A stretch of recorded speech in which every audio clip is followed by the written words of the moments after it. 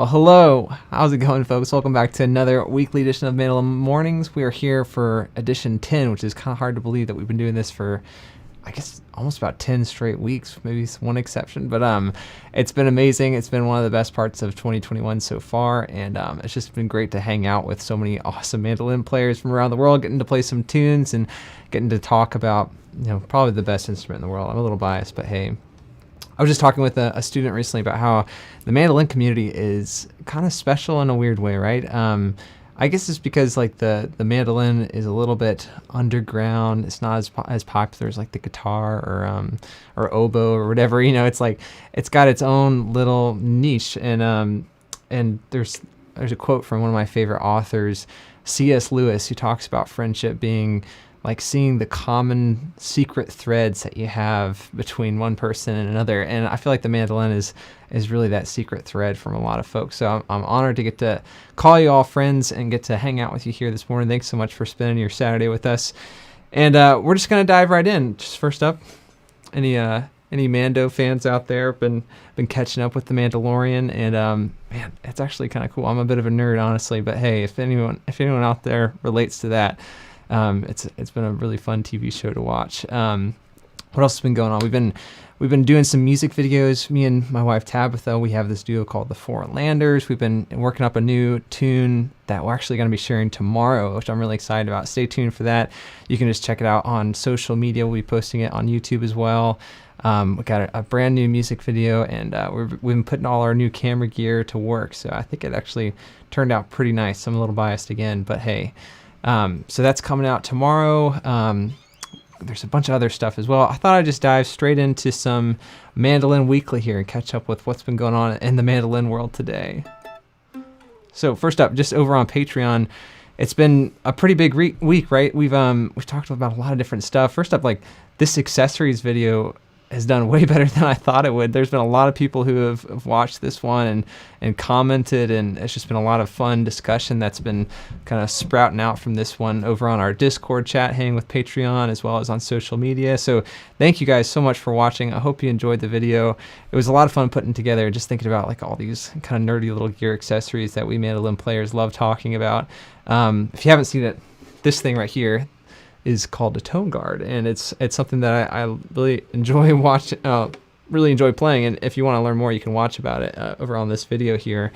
And I just talk about a few other little bits and bobs that have been really helpful for me with the mandolin. Obviously, you don't need any of these things. I was being a little facetious with the title there, but they are really helpful, and they can maybe improve your time with the mandolin a little bit.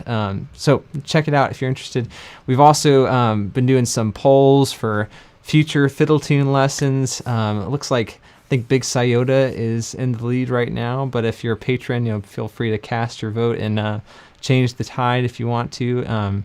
We'll probably end up taking a look at all these if we keep things going the way things are. We've been trying to do a new fiddle tune or new bluegrass song every week here on YouTube and over on Patreon. And this week we were looking at Squirrel Hunters, which was a lot of fun. You guys had a great response to this one too. I've been hearing some of you guys play this one over on Discord as well too. Shout out to all you patrons who are just crushing it. Yeah, this is a great tune that John Hartford kind of brought to the public eye a long time ago, and only in recent years has kind of seen this revival, which is it's been interesting to see, like tons of players playing this one, tons of people recording this one. So it's a great one to know. If you haven't checked out this video yet, I definitely recommend it. But there's all sorts of other cool stuff going on Patreon. I just want to mention too that today the other band I play in over in the UK, Cup of Joe, which is a band with my wife Tabitha on the banjo and her two brothers playing guitar and bass.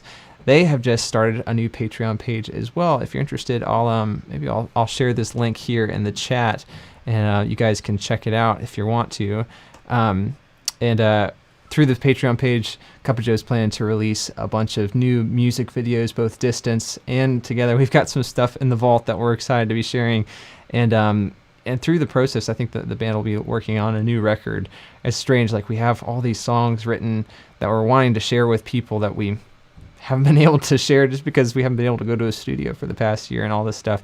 But yeah, definitely a worthwhile Patreon page to check out if you're interested. Again, links in the chat there. But a bunch of other stuff going on. So over on the Mandolin Cafe, one of my favorite websites of all time, there's been some new music that's been released. I don't know if you guys know Ethan Satillan. We were just talking about him on the Discord chat too, but amazing young mandolin player, I should say, from I guess he's from Indiana, I believe, originally, but he lives in Boston, or used to live in Boston. I think he's in Maine now. He's been all over the place, to be honest.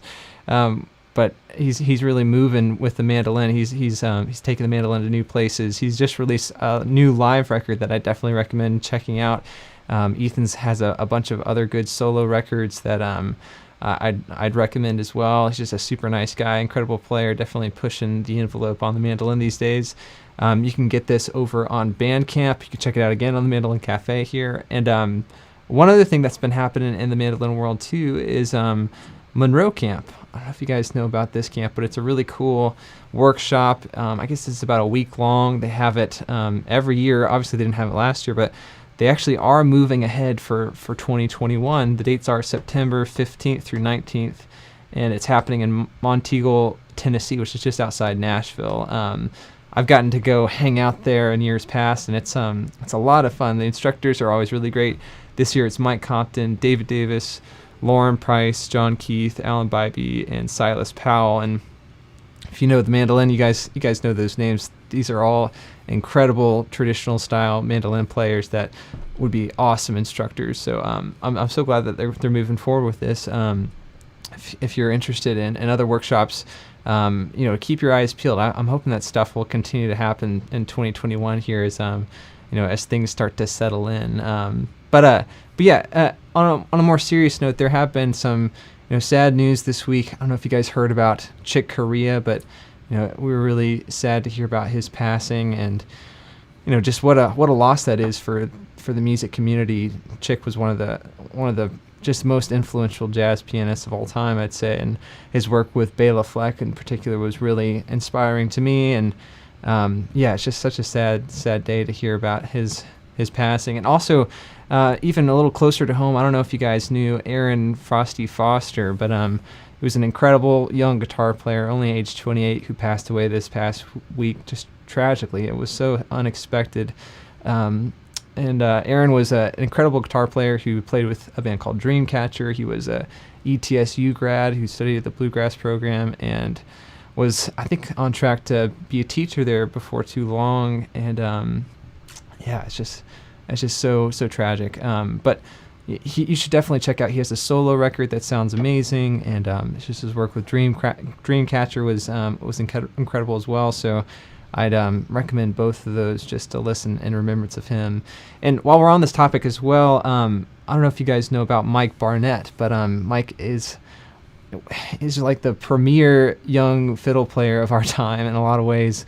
I was honored to get to have recorded with him on my solo record, The Golden Angle, a couple years ago, and it was just a fantastic experience working with him. But I don't know if you've heard through just recent developments the past few years, Mike has had some really deep health issues and is on a long road to recovery and is in need of assistance. And I definitely recommend trying to contribute to this GoFundMe campaign if you can, or even just sharing this online to get the word out, because he's currently going through some really serious therapy that I don't know if insurance is really covering it or not. And it's I can't say it enough. He's just a fantastic person who's really in need of some help right now. So check it out as well. I'll post the link in the chat here too, so you guys can check it out. But yeah, that's about all that's been happening in the world today. Speaking of Mike, I don't know if you guys have followed along with my little practice challenge for myself, but this year I've been trying to practice 2 hours a day every day, and up until this point I've been doing okay, but I'm sad to say that this was the first week that I didn't get my 2 hours in every day. And just per my personal challenge, I'm putting some money on the line so that every month I kind of have this renewed motivation to keep my goal. So last month I was able to stay on track, but this month, since I wasn't, I'm donating $200 to a charitable cause, and I'll be donating that money to Mike here, just to hopefully pass it forward. And it is, I was frustrated with myself, to be honest. I wish I'd practiced 2 hours consistently throughout this month as well, but I knew this was inevitably going to happen when I set this goal. And And I think part of the challenge of setting goals is not being discouraged by setbacks, or not being disappointed too much, because that's ultimately what's going to hold us back further from accomplishing things. And if you guys have seen any of my videos about goal setting or practice productivity or anything like that, I think it's more important to set a goal even if you don't ultimately accomplish it, because you're going to get closer to that goal than you would have otherwise. So I'm back on schedule now, and just having that renewed sense of motivation to pick things back up, to strive to be more consistent and continue to practice. That's what I'm trying to train myself in the long run. But I'm sorry to disappoint if there's anyone out there. I hope you guys are coming along really well with your practice goals for this year, or just your music goals in general. Let me know what you guys think in the comments here below. But here's our chance to connect. I'd love to hear from you all. Thank you so much for reaching out, and we've already got some really great questions for this session this morning. I'm excited to get to dig in, and maybe we'll break these questions up into 2 chunks. We'll maybe tackle a few right now. Well, then we'll take a break to play some tunes together with some transcriptions here on screen, and then we'll answer some questions towards the end of the stream as well.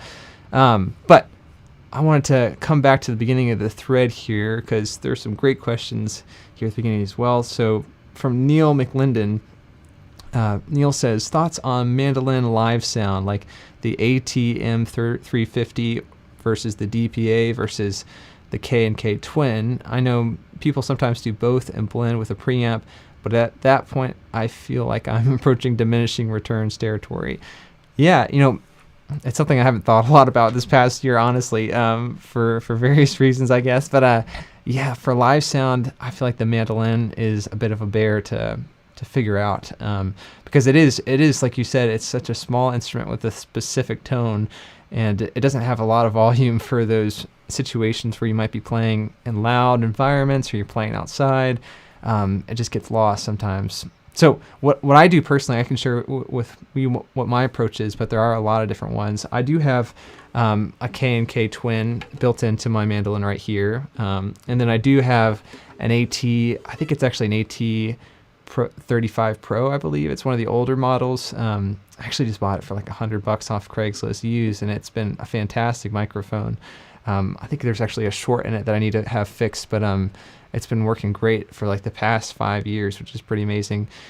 So I do use both of those, and I blend it together with a Grace Felix preamp, which I know are really expensive. I think they run close to $1,000. But having the capability to mix both of those signals together and create the tone that you want to before sending that signal to the sound guy, who may or may not actually know what a mandolin's supposed to sound like, that is pretty crucial. So whatever you go with, I'd recommend getting some type of preamp that has a little bit of EQ capability, so that way you have some say in what your tone is. Just because, at least in my experience, I've always worked with different sound guys for like every show. We unfortunately don't have the finance right now to tour with our own sound guy like some bands do. That's the ultimate dream. But yeah, just having some control over what you want your sound to be like before sending it off to the guy behind the board. But yeah, honestly, I don't use the preamp too often. Whenever I'm playing with Mile 12, we've been using more of a microphone approach, and we use really sensitive, expensive studio microphones for our live show, which a lot of people hate us for, like especially those sound guys that don't understand bluegrass. They just like, can't you just plug in? It's like, but it's a way better approach to get a more natural tone, even though you're sacrificing a lot of volume. We've done this for a lot of live festivals, big stages, all sorts of stuff. And if you're working with someone capable, they can make it sound good, but it can also be a recipe for disaster. So it's pros and cons for either. It's like with the preamp, when you plug in or you use a clip-on mic, you have a lot more safety from feedback, from even just volume issues, all this stuff. But you do sacrifice a lot of tone and a lot of natural sound. But with the microphone, you sacrifice your control over the situation a lot more, and but you do get a better tone in the end. And I think we've just decided we want to sound more natural rather than loud in the end. So it's up to you. The microphone that I use, if you're interested, it's a Neumann KM 184, 187. I forget the exact number, but it's kind of like the the tried and true industry standard for a lot of studio microphones that they use for the mandolin, I should say, in particular. It's a really great microphone, but it does cost about $900, and that's even for the new ones. The vintage ones cost even more, but that's a great microphone. And then if you're looking for something more affordable, I actually use just a simple Audio Technica mic for the mandolin here in the studio. When I'm doing like videos and other stuff like that, I use an Audio Technica 4033. If you're interested, both those mics are really great. I recommend them a lot. And I apologize for all the gear talk if there aren't any other gearheads out there. I know we've been talking a lot about, just my studio setup on Discord, and been talking a lot about accessories on YouTube and all this stuff. I think it's all really tied into playing the mandolin, but it is easy to let that stuff distract us from actually playing the mandolin too. So, it's a tightrope. You gotta keep balancing. But I appreciate the question, Neil. That's so important to think about. Catching up with a few others here. So Joshua loves bluegrass. Awesome handle there, man. Says, hey man, I'm a big fan. Thank you so much, man. Appreciate you checking out my videos and everything. So Joshua says, I'm getting a Northfield Big Mon with an Adirondack top in a few more weeks. Congrats. Do you have a history with Northfield? And if so, what's your honest opinion about them? Yeah, so I do have a history with Northfield. I've never owned one of their instruments, but I do know the folks who own and run the company, and they're fantastic. I can't say enough good things about them, because they're really filling a huge hole in the mandolin market between the really cheap, rogue $100 mandolins that they sell on Amazon, to like the really boutique $30,000 instruments that some handmade builders are doing out there. And Northfield is just providing kind of the right option for mandolin players who are getting more serious, who want a really good sounding instrument without having to pay an arm and a leg for it. So I really recommend them. I think they're making some really great stuff, and they're doing a lot for the mandolin community in general. I've not been to it, but I was supposed to teach at the Marshall Mandolin Summit that Northfield runs over in Marshall, Michigan. I was going to teach there last year and was pretty disappointed about all the cancellations, but they're doing a really cool thing through that workshop, working with Mike Marshall in particular to get his opinion on how to make their instrument sound even better. They're doing some really cutting edge stuff with their Artist Series models in particular, which are a bit more expensive, but all their instruments sound great. So I think you'll probably be really satisfied with that Big Mon, man. I'm happy for you. I hope it sounds great. I hope it feels great. They're also Northfield's doing some cool stuff with like heirloom cases, something I mentioned in my accessories video. That's a really great case that you can get for about $300, which offers some substantial protection. It's not going to be as sturdy as like a carbon fiber case or fiberglass case or anything like that, but it is really nice and lightweight at the same time. It's a good option for someone who's looking for an upgrade but can't afford like a Colton or a Hoffy as well. So again, they're just kind of filling that hole between the really cheap, not worth buying stuff and the super expensive, really boutique stuff. So I think they're an awesome company, really nice folks as well. A few more questions here. So James William Houghton says, hey David, could I ask a question about pick direction today? What informs the choice of pick direction? Are there any hard rules I should be aware of? Yeah, awesome question, James. Thanks for stopping by again, man. I appreciate you coming to all these streams and hanging out with us. But yeah, pick directions is a big thing I like to talk about. I actually made an entire video about this that I'd recommend checking out if you're interested. It's weird recommending my own material. Sorry if that sounds really biased or really haughty or whatever. But I just made the video because it's something I encounter a lot in a lot of learning mandolin players, especially like with all the students that I get together with online. It's kind of the first thing that I notice about a person's players, whether or not they're consistent in their pick direction, just because it has huge implications for how they are able to play, both how they're able to play with the correct emphasis at slower speeds, but more in particular, it's going to hold you back speed-wise if you're not staying consistent in your pick directions.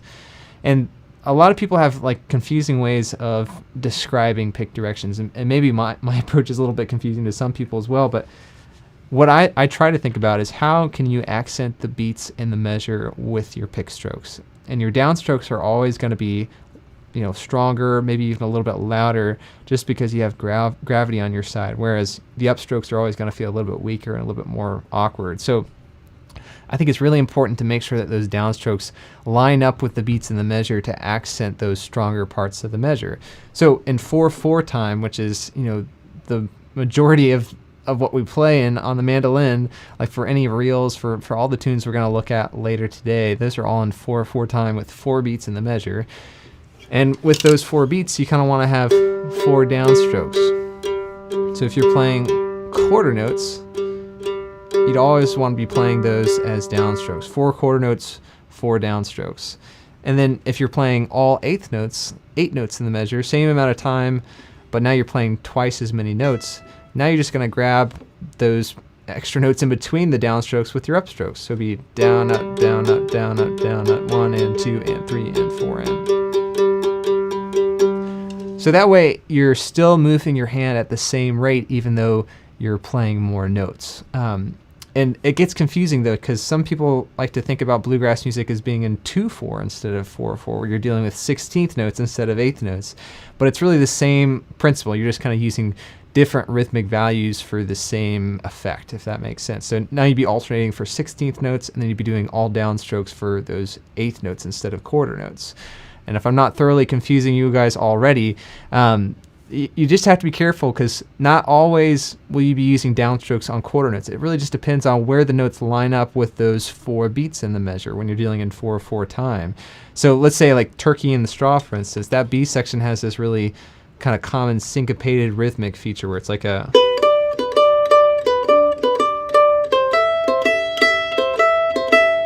And if you were to see it on paper, it would look like an 8th note followed by a quarter note followed by another 8th note. So the quarter note, you would think we would play that with a downstroke, but it's actually happening in between beats 1 and 2. So we'd need to play it with an upstroke to keep our right hand alternating at the same rate.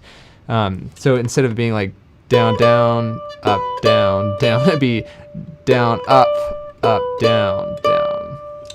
And it takes a little while to get used to it, but the cool thing about this technique is that once you do get used to it, it becomes so easy to play without thinking about all this stuff at all, because basically at the core of this technique, you're just keeping your right hand alternating at the same rate no matter what's happening, right? You're just keeping your right hand moving down, up, down, up, down, up in rhythm with the music and the same pace, the same tempo, and you're kind of embodying that rhythm of the music in a deeper way too.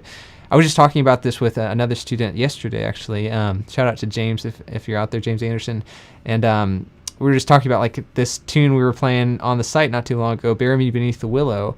And when we learned the basic version at the beginning of that video, there's these really long rhythms that mostly happen on downbeats or on beats in the measure. But to feel the rhythm between those longer notes, it actually helps to keep your right hand moving, even though you're not actually playing any of the notes with the pick. So I think the melody goes something like this. 2, 3, 4, 1, 2.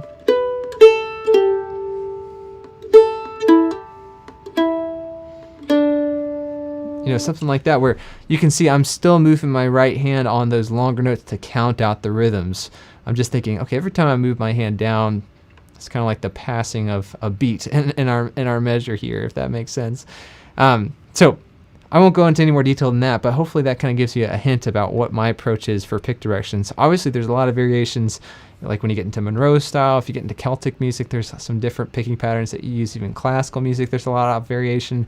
But that's it's kind of like what people call the alternating pick stroke theory, and that's the blank slate that I feel like we all need to start with for the mandolin, because especially in bluegrass, we're expected to play a lot faster. And if you're doing like trying to play a lot of consecutive downstrokes or a lot of consecutive upstrokes on those faster notes, you're actually making twice as much work for yourself, because you're actually still having to do a little upstroke in between all those downs to reset your pick to get to the next note. So it just doesn't make sense for economy of motion, especially when you're playing faster.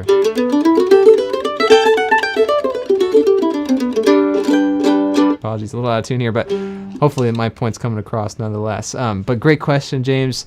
If you're interested, check it out. My videos, I think it's just called Mandolin Pick Directions or something like that. You can look it up. But fantastic. Why don't we take a little transition here, and instead of just talking about music, why don't we play some music together here? Let's see what we got. So tune time, man. I've been enjoying playing all these tunes with you guys on YouTube. I hope you've been enjoying kind of the longer lesson format, I guess, of the past 4 or 5 weeks here. It's been a lot of fun just kind of diving deeper into these fiddle tunes.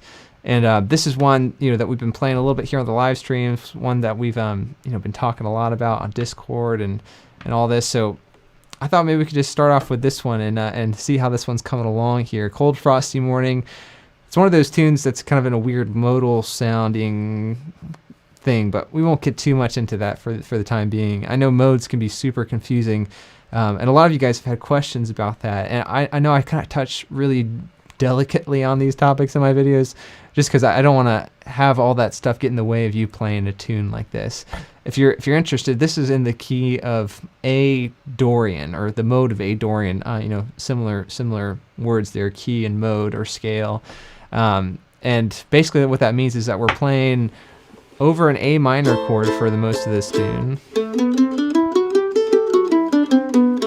but we're kind of playing it a little bit differently than a normal A minor key. The Dorian mode, if you're thinking about it, there's 2 different ways of playing around a mode. There's basically thinking about the mode as related back to the relative major scale. So if you were to do that for this song, you could think, okay, if I look at the key signature, there's 1 sharp here.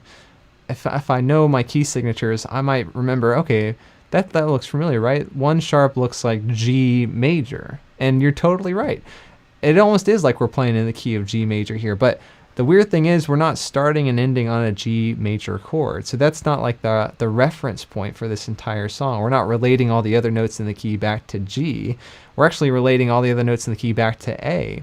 So here's what we're doing. We're actually just playing the G major scale, but we're now choosing the A note as our reference and starting point instead of the G. So that's exactly what the Dorian mode is. It's the second mode of the major scale. You can think, okay, like G major is my starting place. What's the second note of my G major scale? It's A. So that's my A Dorian mode.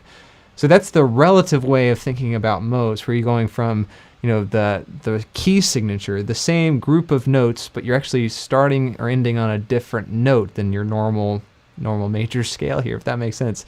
But there's another way to think about this too. Instead of thinking about it related to the same group of notes, you could also think about it, how does this A minor or A Dorian mode relate back to my normal A major mode? And this is what we call parallel thinking, where you're thinking about the same root note, but it's actually different groups of notes. So obviously A Dorian and A major are going to sound different, but it's kind of diving deeper into the details and seeing what is the difference between A major and A Dorian. If you know your A major scale, we have 3 sharps in our key signature. The notes would be A, B, C sharp, D, E, F sharp, G sharp, and A. Or the frets even, if you want to think about that, it'd be 2, 4, 6, open, 2, 4, 6, open. So that's our A major scale. That's a great one to know, right? So if we use that as our starting point now and come back to Cold Frosty Morning, what notes are different here, right? This key signature only has 1 sharp instead of 3 sharps. So we're just changing 2 notes, if you think about it that way. We're keeping all the other notes natural, right? We're just kind of changing the 3rd note of the scale from C sharp in our A major scale now to C natural. And then we're moving up to our D string. E note's the exact same as it was in A major as well. We're keeping F sharp the same too. The only other note that we're changing here is G natural. A major has that G sharp in there, but A Dorian has the G natural. So I just say all that to explain it a little bit further. There's kind of 2 different ways of thinking about modes, and it can be helpful to think about it in both those ways. So just to review, you have the relative approach, where you think about, okay, what's the key signature of this song that I'm playing in? What's that group of notes? And maybe even finding the mother major scale that goes along with that group of notes. Like in this case, 1 sharp equals G major, the G major scale. And then thinking about, okay, what note am I kind of centering around? What chord, or what's the root note of the chord that starts and ends the song here? It's A. Okay, 2nd note of my major scale. That's the Dorian mode. If I play those same notes instead of starting and ending on G, starting and ending on A. And it's weird how like that totally changes the sound, right? I think music, like most things in life, is all related back to your reference point. Like I've been discovering that about like really deep, philosophical, theological questions. Like if you don't have a reference point for what you're thinking about as truth or what you're thinking about as reality, then nothing has any meaning. It's kind of weird, like, so same with the modes. Like modes are kind of meaningless if you don't think about the reference point for what that mode's based around or what the song's based around. And just thinking about the root note as kind of being your anchor in whatever mode or whatever scale that you're in. So for G major, your G note is kind of that tried and true anchor that's going to give reference to all the other notes that's in the scale. Same with this mode. So, even though it still sounds like G major, it looks like G major, it's actually going to sound differently, I should say, because you're giving a different reference point or a different starting point to those 7 notes there. But the other way of thinking about it is also helpful too, where you can think about the parallel relationship from like your A major scale to your A Dorian mode. So thinking about same root note and then same root note, same like kind of progression of letter names, but different notes, right? Because you're adding a different key signature to those different notes to make them either sharp or flat.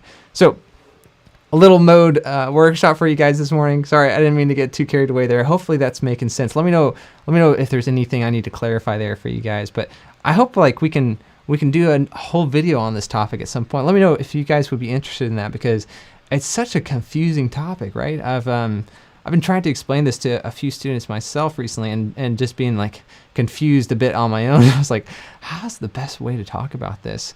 But that's really the 2 ways that I think is most useful, because some people just explain one way or the other way, but if you can think about both ways, it gives you a fuller picture of what the mode is and how to use it.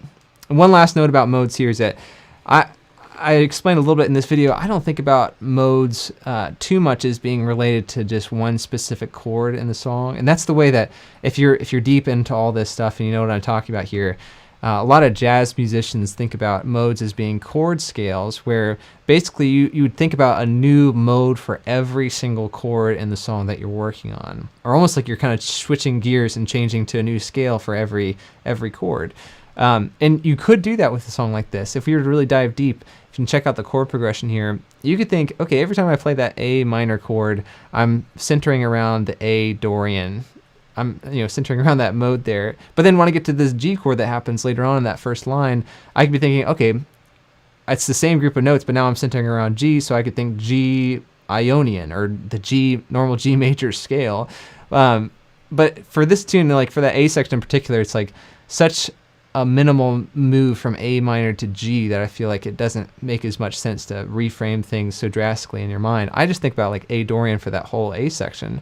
It's only when you get to this B section here where things get a little bit weird, right? Because we're going to an A major chord that happens on that B section, and that should be a red flag automatically. Just be like, okay, I don't know of any key out there that has both an A major and an A minor, right? In fact, there is no key that has different quality chords, minor and major, with the same root note. You're having to shift gears and change different keys here. So we talked about in that lesson video about how I think about that A major chord as being related to the A Mixolydian mode because of that G natural chord that happens afterwards.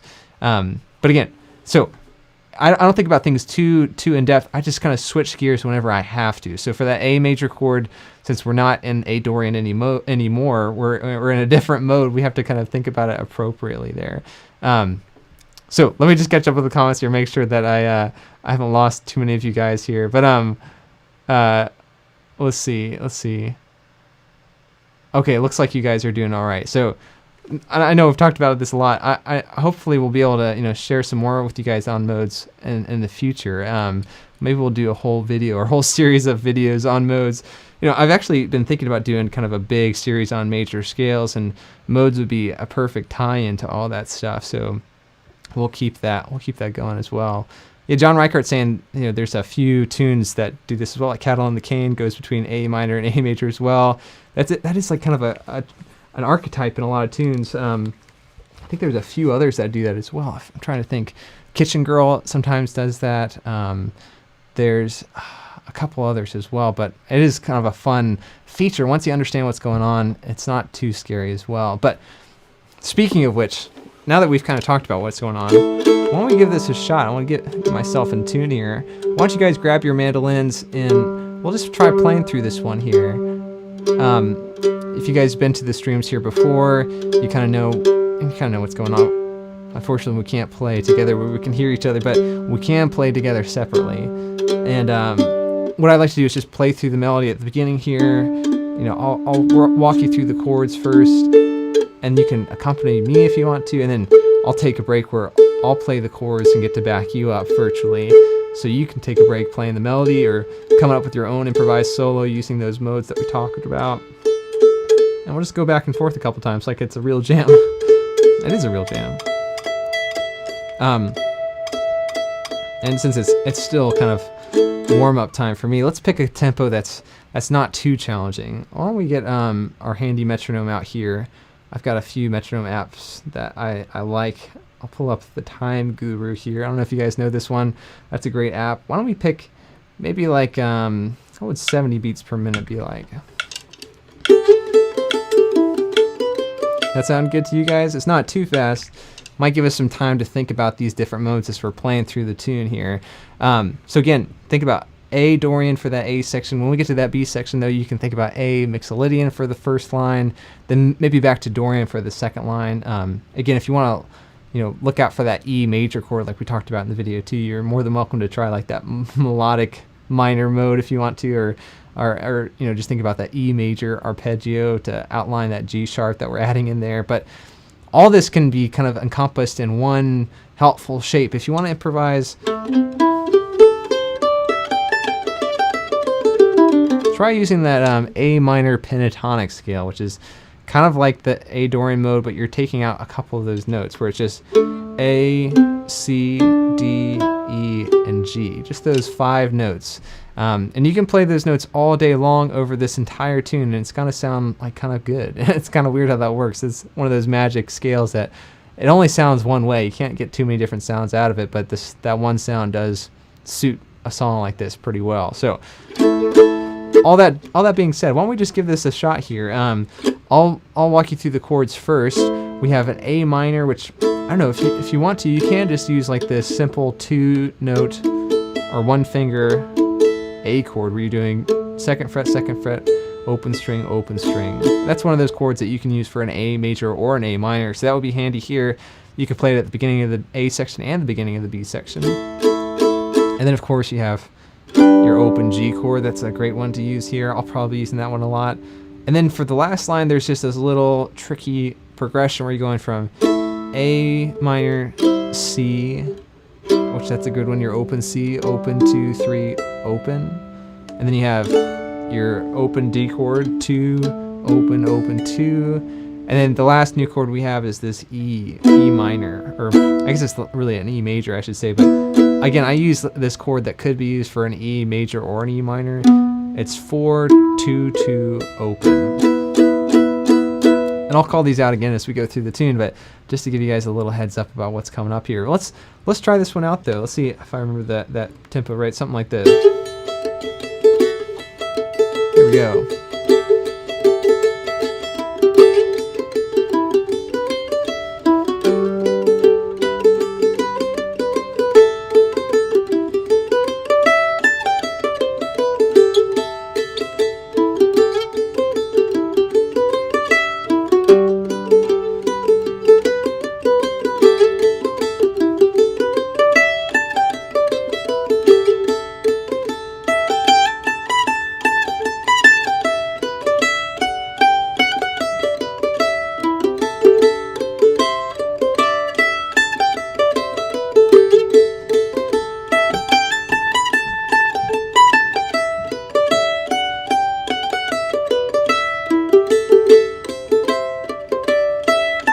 Alright, your turn.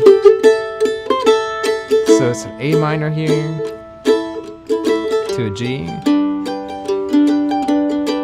A minor, G, A minor.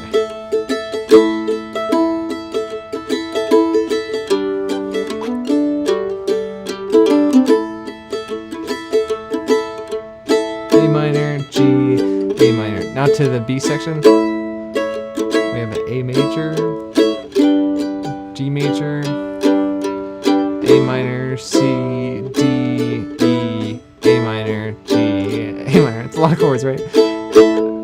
Back to A major, G, A minor, C, D, E. All right, my turn. Here we go.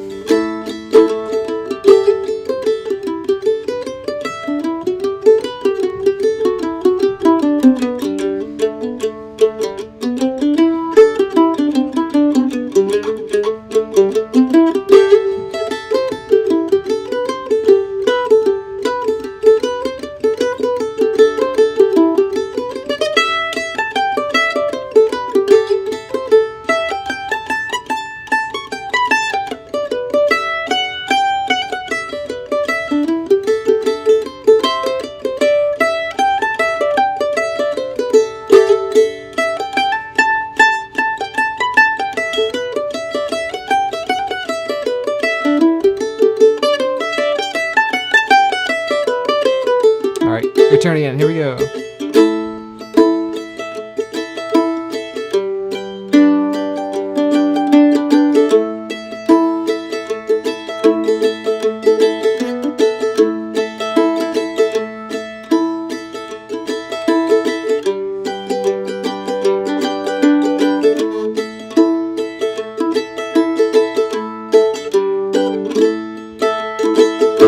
So B section we have the A major. Here we go to the G.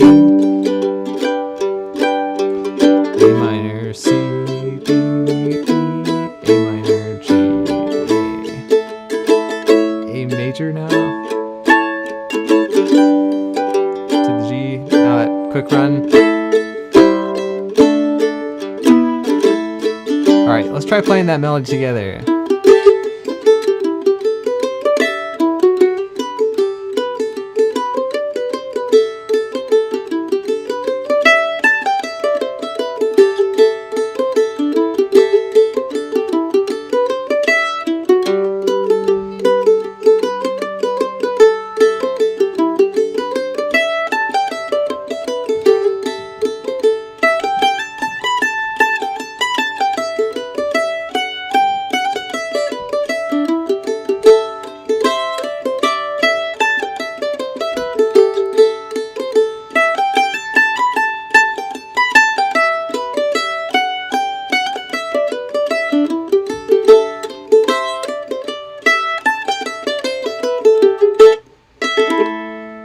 Yeah, nice work, folks. Cool.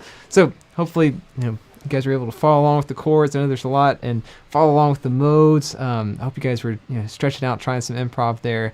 On my improvisation at the beginning there, I was kind of trying to do what I was talking about in that video, where I was playing through a bit of the melody for the first two measures of that A section, and then doing something different for the next two measures. And that's a great way to kind of structure a solo. It doesn't have to be that way, obviously. You don't have to be so cookie cutter about things, but it's a great place to start, and it can just give you some structure and some guidelines to I don't know, to try things out. If you're new to this in particular, it's such an overwhelming idea. It's like trying to improvise over a tune, especially with some weird chord progressions like this, and we have to think about all those weird fancy modes and all that stuff.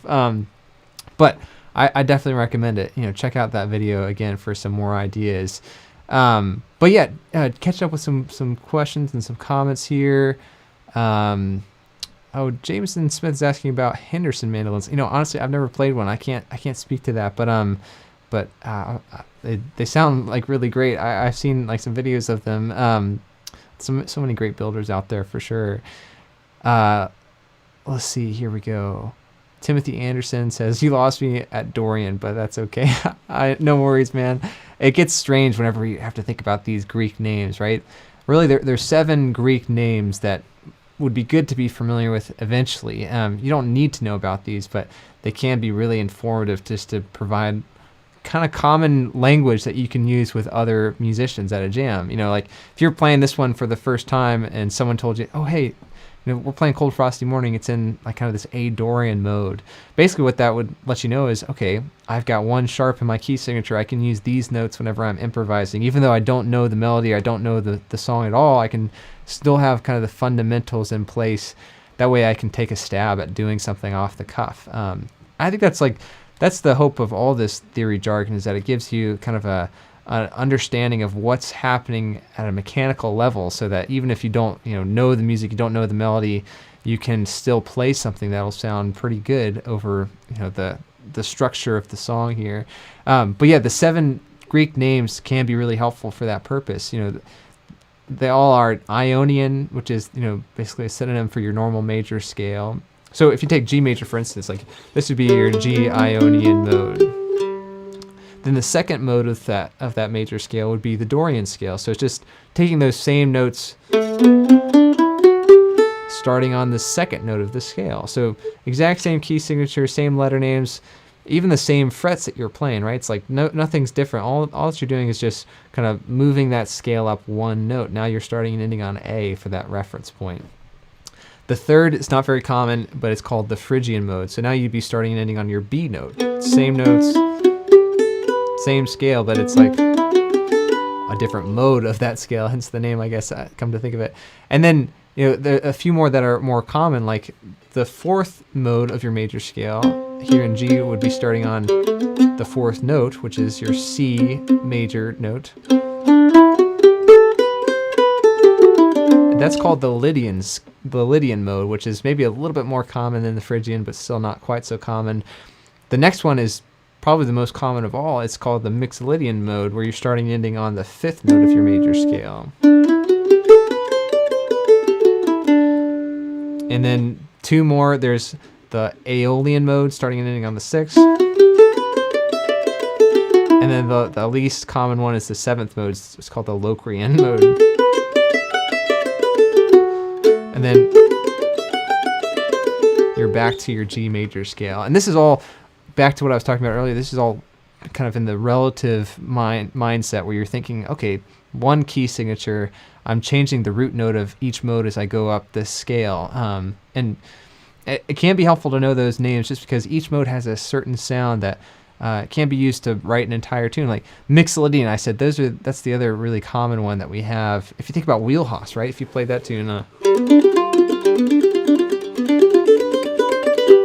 that's a song that some people say it's in the key of G, but if you think about it, G major usually has an F sharp, that one sharp in our key signature, and right off the bat on the A section we're playing an F natural, which doesn't really fit with your major scale.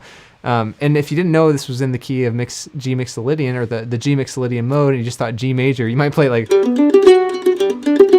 it doesn't sound nearly the same, right? So it's like a different timbre, a different mood that you're evoking, like with this this different mode. So that's why it can be helpful. It just like gives you some information about how to use all these notes in a meaningful way to create a melody that you might know. So so hopefully that's helpful. Again, like we'll hopefully do some more in-depth looks at this, and I know it's hard to even remember what the first mode is with all those fancy Greek names, but I just say to start off with the Dorian mode and the Mixolydian mode. Those are the second and the fifth modes of your major scale.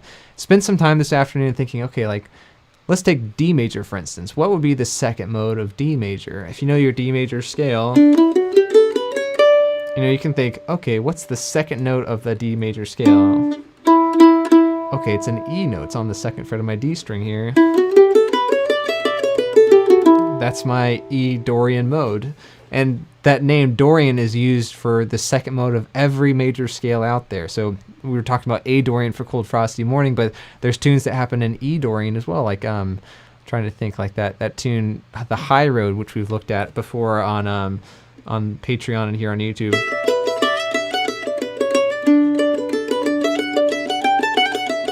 And then it kind of switches gears a little bit too. We didn't talk about that in the video, but hey, it starts off in the E Dorian mode. And then maybe think about the Mixolydian mode for D major. Okay, like if I count out my D major scale, D, E, F sharp, G, A. A is the fifth note on my D major scale. So if I start and end that same scale on A now, or whatever octave you want to, that's your A Mixolydian mode, which is super helpful. Like tons of tunes are written in that mode, like Salt Creek or Big Mon or Red Haired Boy. These are all just A Mixolydian all day long, pretty much. So yeah, I spend like 10 minutes today thinking about like some common keys that you play in, like C, G, D, and A. Those are probably the most common by far. And then, yeah, think about like, can you find the Dorian and the Mixolydian modes to those keys? Because those are going to be the most popular modes by far. The others are pretty esoteric that you might not ever encounter, especially in bluegrass. But you might want to use those if you're getting more into like swing and jazz, and you want to think more along those chord scale ideas. So again, hope this is helpful. Let's maybe check out another tune here. I know we've been talking a lot. I apologize, but it's been fun just kind of like digging deeper into all these different concepts with you guys. How about we shift gears to another weird mode just for some further example here. Here's the tune that we've been checking out this week over on Patreon, Squirrel Hunters. And I may have mentioned in this video too, I think about this song as being in the key of A Mixolydian, just like we were talking about. Same mode as Salt Creek, Red Haired Boy, and all that stuff. But the weird thing about this tune is that it doesn't ever really resolve, right? It kind of starts on an A major chord, but it ends on a D major chord.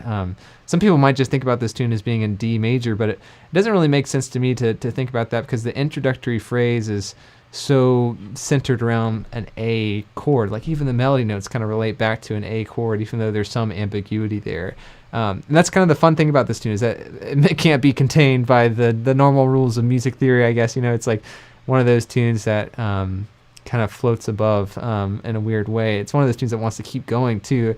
Someone was telling me that they have an egg timer specifically for this tune that is only 5 minutes long, so that way they can't play this tune any longer. Once the egg timer goes out, they have to stop playing this tune, or else it'll just go on for days.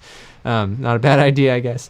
But yeah, why don't we just try this one out? If you want to familiarize yourself with the A Mixolydian mode, check it out. Here it is. It's like 2nd fret on your G string, 4th fret on your G string, 6th fret on your G string, and then we're hopping up to the D string now. Open D, 2nd fret on your D, 4th fret on your D, and then that's the weird one. It's the 5th fret on your D string. If you were to think about this mode in a parallel relationship to your A major mode, you remember it's the same root note A, but we're just thinking about what's the difference between this A major mode to the A Mixolydian. There's actually only one note that's different. It's that 7th note, right? Normally A major has a G sharp, but now we're thinking G natural, since we're in this Mixolydian mode. And again, it's all like in reference to the A note. It all comes back to that root there. So let's think about this. Why don't we play through this tune again, just like we did here? But I'd love to hear you guys play through the lower octave, even though I can't really hear you guys. I'd love for you guys to try that out, because we talked about that in the lesson video as well, how this melody works super well in the first position on your lower sounding strings.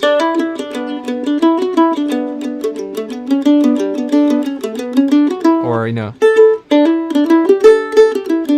the B section as well. They just sit really well here in this lower octave. So try to take advantage of that whenever you're taking your break over this tune. And you can combine those two octaves together in different ways as well. I'm going to try to do that in my solo too. Just 'cause I think that's a fun way of structuring your solo that doesn't get too off into the weeds. It's like you're still using the melody and the source material of all that you're doing here to be creative, but it's still pointing back to the source material, which is really important. But how about we try this one just a tad bit faster, if that's all right? Not too fast, but let's pull out that metronome again. What if we did about like 85? So it's going to be like this, like.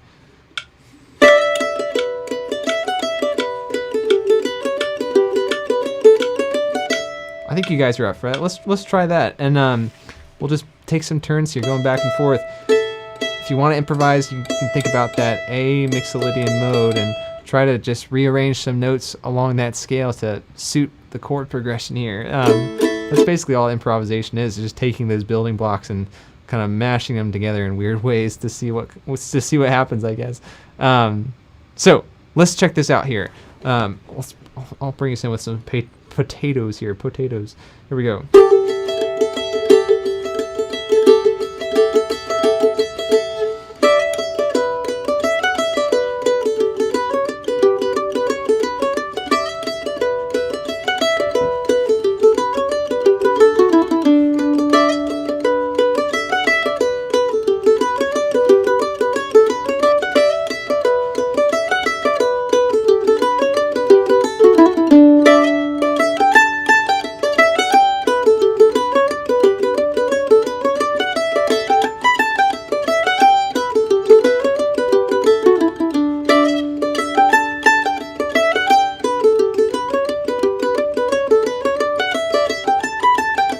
All right, your turn. The chords are super easy, right? Just A to G, A again, G followed by a really quick D.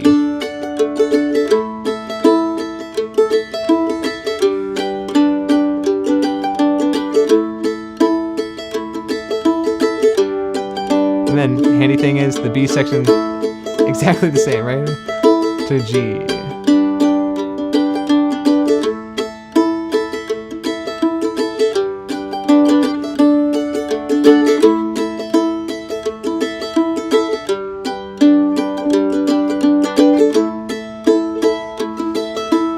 All right, my turn. Here we go.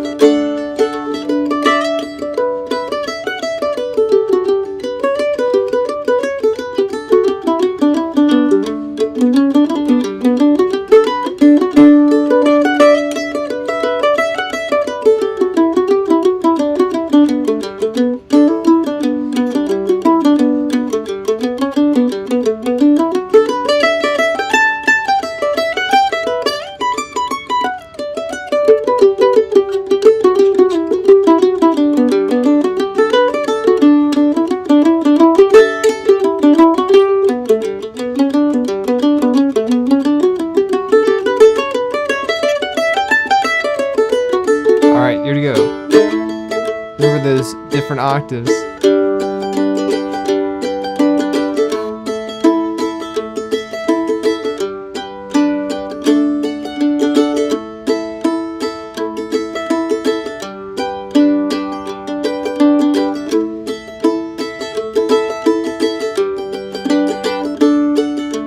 Onto the B section here.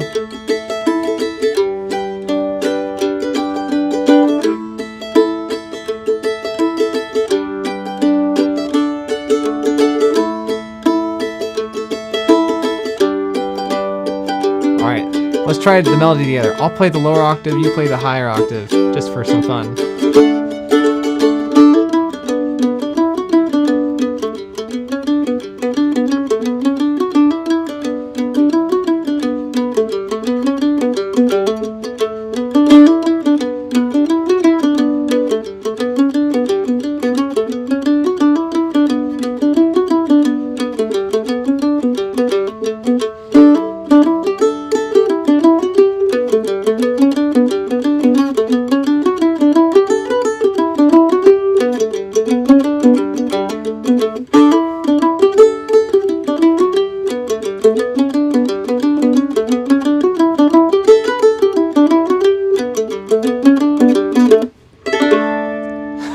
It's hard to know like what chord to end that tune on, but I guess D major is as good as any. Well, fantastic job playing, folks. I appreciate you guys just like hanging out, getting to play here, and you guys have been fantastic on the chat too. I just wanted to maybe transition to answering some more questions here, and maybe we'll wrap up tune time for this week, but be sure to tune in next week for even more tunes. But we're not done just yet. We'll maybe answer some more of your questions over here in the main scene. So, fantastic discussion. I hope all this stuff on modes is helpful. I love talking about this stuff, and I love thinking about it too, just because I feel like it really informs, again, my understanding and my ability to play stuff too. It's like the more I understand, the more I know why things work, which means that I'll be able to play stuff better in the long run, or even remember stuff better too. Like for me, knowing that tune's in the key of A mixolydian automatically just makes me rule out that G sharp. I know like, okay, like when I'm playing this melody, I don't have to worry about like the G sharp that happens on my 6th fret of my D string or on the 4th fret of my E string. It's just like, I don't have to worry about that anymore. It's just G natural, which increases my chances of playing this melody more correctly, if that makes sense. There's this analogy that I love sharing. I took some lessons with Billy Contreras when I was living in Nashville, who's this absolutely mind-blowingly good jazz and country swing fiddle player. And he's like probably one of the most forward-thinking violinists of our time. And it's just fun to get to hang out with him. He just spout out all this really deep knowledge that he had about music. And he told me one time that music is like a tree. And it sounds a little bit kind of, abstract, and it is a little bit abstract, but it really stuck with me. But he said, music's like a tree where you stand and look at this tree from one perspective for a long time, and you think you pretty much get to know the lay of how that tree looks. You know, you see where the branches are, you see where some leaves are right here, certain colors, certain lighting, all this stuff. But if you just walk 90 degrees to the right and look at that same tree from this new perspective, it's going to look totally different, right? You're just going to be aware of a bunch of new things that you didn't know of before.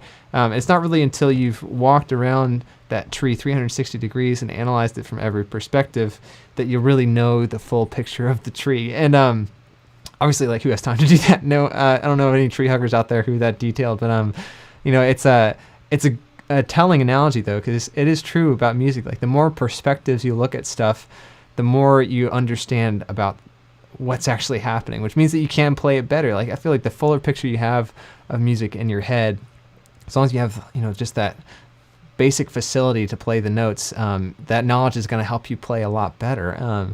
So that's why I go into so much detail, you know, just talking here and talking about all the mode stuff in the videos too. So I hope that was helpful. But let's catch up with some questions here. You guys have been fantastic. Again, I know there's been some questions I've missed. I apologize if I haven't gotten to yours, but let's see. Most recently here, we've got a question from Larry Johnson about the app that I use for creating tablature. That's a great question. And all those tabs that you saw on screen today are available over on Patreon if anyone's interested. Just a little shameless plug. And you can, you know, you sign up. I think it's the base minimum is $3, and you can basically, you know, get access to all the tablature for these lessons. You know, and you can sign up for more to get even more stuff like backing tracks and all that stuff. But anyways, all that to say, I'm using a lot of transcription software stuff for a while, and I guess I first started using this program in college and just kind of got hooked on it. It's called Finale. I know it's probably not even the best software out there for transcribing. There's a lot more affordable options too. I think Finale runs about $400 or $500 depending on, you know, what package you sign up for. I've got the full version, which I find useful for a few different reasons. But I've been using that for a long time. I guess it's been about maybe about 12 years now, actually. And Sibelius, I know someone mentioned Sibelius. That's probably like more of the industry standard from what I hear. I know a lot of other mandolin players use that program. Again, I just kind of got trained on this program, and I didn't really feel like learning another program, even though I probably should. But I have used another one that I'd recommend to folks who are just starting out on this in particular. But it's actually a really well designed program that would maybe suit my needs even better, honestly. And it only costs $50. It's called Guitar Pro. Yeah, I know a lot of banjo players use that, a lot of guitar players use that. Like Eli Gilbert uses that for all of his transcriptions in his videos for banjo tablature. Marcel with Lessons with Marcel, he uses that for all his guitar transcriptions. You can do tablature and notation and a bunch of cool features that you would use for kind of non-classical transcriptions like the stuff what we're using here. So I'd recommend that one, Guitar Pro. Also, there's this free one called Muse Score if you're just kind of getting your feet wet in this area. That might be kind of a cool thing. I've toyed around. I don't know if there'd be many people who would watch this video, but it'd be kind of fun to like analyze all those different softwares and compare them for a video and see like what works best for the mandolin in particular, because I think it is really, really interesting to think about. Writing out notation and writing out tablature even is a really helpful way to organize your thoughts on the mandolin. I know there's like a lot of people who poo-poo tabs, which for understandable reasons. Like, you don't want to be a tab junkie where you need the transcription to play at a jam like this. It is helpful to use as a reference if you don't know the tune, but ultimately you want to have these tunes internalized, right? But I do find like writing stuff out can be really helpful, especially for composition, or if I'm thinking out some ideas for a tune like Squirrel Hunters, like maybe I'll write out that lower octave of the melody just to get it all correct and learn it from that transcription. Or maybe I'll like write out a solo, note for note, just to explore some licks or ideas. And Finale has been a really great way of structuring things for me. So definitely check that out. Let's see here. A couple more. Yeah, Mandalorian, man. Yeah, sorry, I mentioned that at the beginning, but I've got this this Mando shirt on. This was a belated Christmas present from my family, because for obvious reasons, I guess. But yeah, I've been enjoying that series, man. I hope you've been checking it out. Let's see here. Clifton Painter says, if you want to jam with Sam, he uses trick modes, all natural except for 7th. Okay, yeah. I'm not familiar with Jam with Sam. I'll check that out. But yeah, you're right. Mixolydian mode is all the same for your major scale. It's just that lowered seventh that you have to watch out for in particular. And don't forget about the big role of the Aeolian for the natural minor. Yeah, we didn't talk about that, but that's maybe the third most common mode is the Aeolian mode, which is the sixth mode of your major scale. And a lot of people learn this first, even though it's not as common in bluegrass and folk music to have the Aeolian mode. I think more tunes are actually written in the Dorian mode, which is kind of interesting. I don't know exactly why that is, but this could be an interesting case study to learn more about.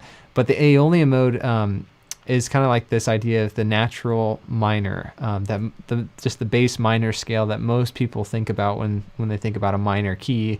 And some people call these relative major and minor modes, which is kind of harkening back to the idea of the relative scales or the relative modes that we're talking about, where it's like it's the same key signature, you're just starting and ending on a different root note. So that's what's happening. Like for G major, you might know, okay, the relative minor for G major is E minor, which is basically just saying, okay, we're playing the E Aeolian mode here. It's all tied together. They're just different names for the same thing. But thanks for pointing that out. That's a really important relationship to know too. Yeah, that tune never ends. Matthew says, "Squirrel Hunters, you're so right, man." Oh, hey, I just noticed Uncle Bobby. Thanks so much for donating $10. You're really generous there. My pleasure. I hope the explanation of modes was helpful, and yeah. I really appreciate the support. I know you're a big patron of all the mandolin content that's going on these days, so thanks so much. If anyone else is interested in contributing, there's that super chat button with the $sign where you can get your question featured if we missed anyone. Also, you can sign up for Patreon. It's another great way of kind of getting involved and contributing to all the content here. I've got the link in the description of the YouTube video here. And shout out to all of you awesome patrons who are here. You guys are incredible. Thanks for your support. Let's see, a few more questions here.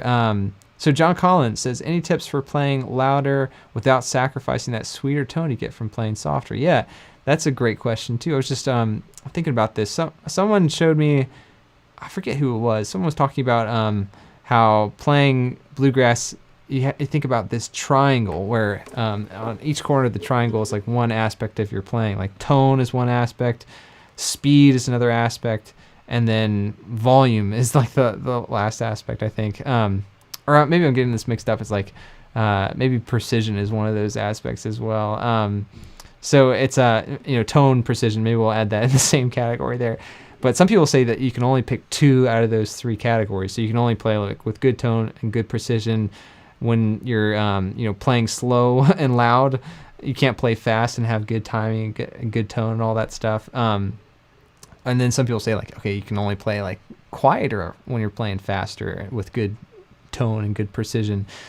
But I don't know if that's really true. It seems like kind of a bottleneck that you're giving yourself when obviously there are a lot of players out there who can play fast and they can play with good tone and they can play really loud at the same time too. I'm still working on that myself, but there's excellent examples out there in the real world, like Chris Thiele or Adam Steffi or Sam Bush or Sierra Hull or whoever. Any of your favorite mandolin players out there seem to be able to do it okay. And just that mind shift of being like, okay, it's possible, right? I just got to figure it out and have this open mindset to be like, okay, if this isn't working for me, let's see what else out there can help me along with this journey. So yeah, I'd say as far as tips go, what helps me is thinking about maybe two of those aspects first and then seeing if you can throw in the third one. So what if you tried playing really loud with good tone and played fast, but you didn't play very precisely? Like Jacob Joff talks a lot about this. If you're playing a fast tune, like if you tried playing with all four sets of strings being strummed almost, it's a lot easier to play fast that way, right? Because you're not worried about the little mechanics of making all those precise string moves from one to the next. So see what that does for you, and then maybe slowly rein in your right hand so that you're being more precise in playing on specific strings. But just get a sense for what it feels like to play at those faster tempos.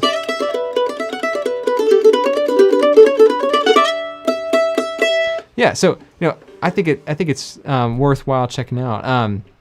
I think it's like mostly getting used to what it's like playing faster is the big consideration.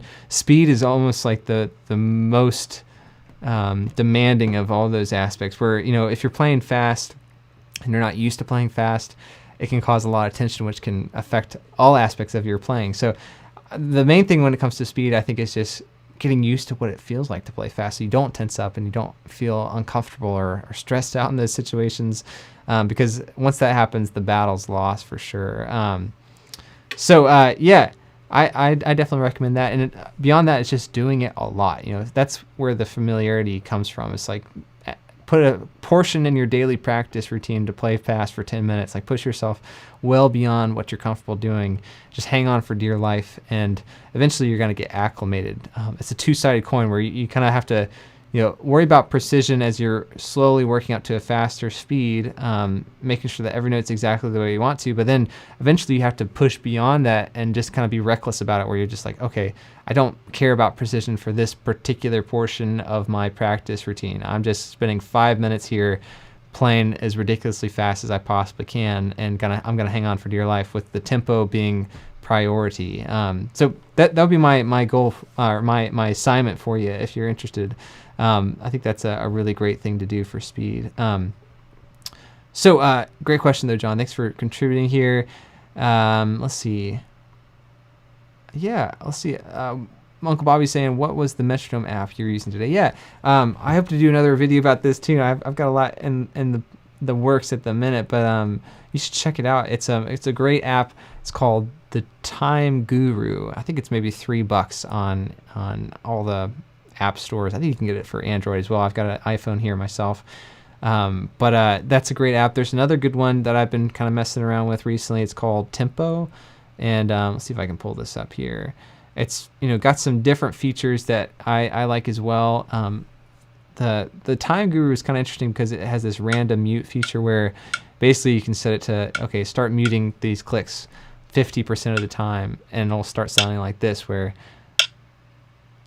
it's infuriating, right? Because it's like, you never know when the click's going to be there and when it's not. You have to train yourself for this internal sense of time, which is ultimately what you want the metronome to be. It's kind of like a training tool, not a crutch, if that makes sense. So I really like that feature. I don't know of too many other apps that have that feature.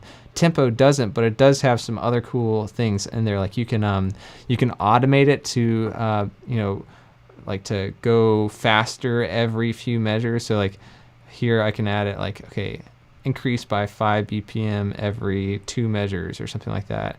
I don't know why you'd want to do that, but it could be fun. Like I've done this thing before, like where I'll set it to up maybe 5 beats per minute every 32 measures. So if I play through a tune that's 32 bars, it'll basically, kick it up 5 BPM the next time around, and I'll play through the tune as many times as I can while that tempo is going up there. You can kind of see it's going up from 35 to 41, and so on and so forth every 2 measures. Now it's at 47. Kind of a cool idea, yeah. So I'd recommend both those apps. There's a lot of great apps out there for learning too that I really like. And I plan to do another kind of listicle video, much like that accessories video, with some more ideas in there. Well, I guess we've about arrived at the end of our time here, but just to say thank you guys again so much for spending your Saturday here. It's always a lot of fun getting to hang out with you guys, getting to play some tunes. Thanks for, enduring my big mode monologue, and more on that soon. I hope it was helpful and interesting. There's lots of other resources online too for modes, and I encourage you to really seek it out.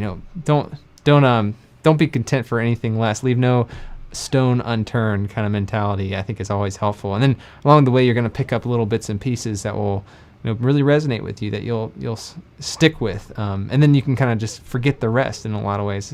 That's that weird balance of music. You have to really think about things really hard so that eventually you don't have to think about things anymore when you're playing, because thinking can be kind of the enemy of making good music.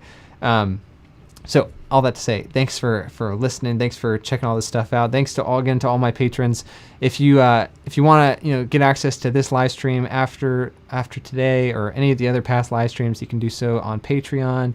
Again, lots of other cool stuff there, like all those PDF transcriptions you saw, and the backing tracks. We're looking at a new tune this weekend. I'll hopefully be posting tomorrow a video lesson for the song Long Journey Home, which is a fantastic classic bluegrass song, and you get to hear my approach on how to build a solo from that, kind of starting from really simple to more complex. So that'll be coming out really soon. But thank you guys again for the support. Thanks for the donation, Uncle Bobby, and I'll look forward to seeing you guys Well, I'm so sorry. I forgot to mention I won't be here next week.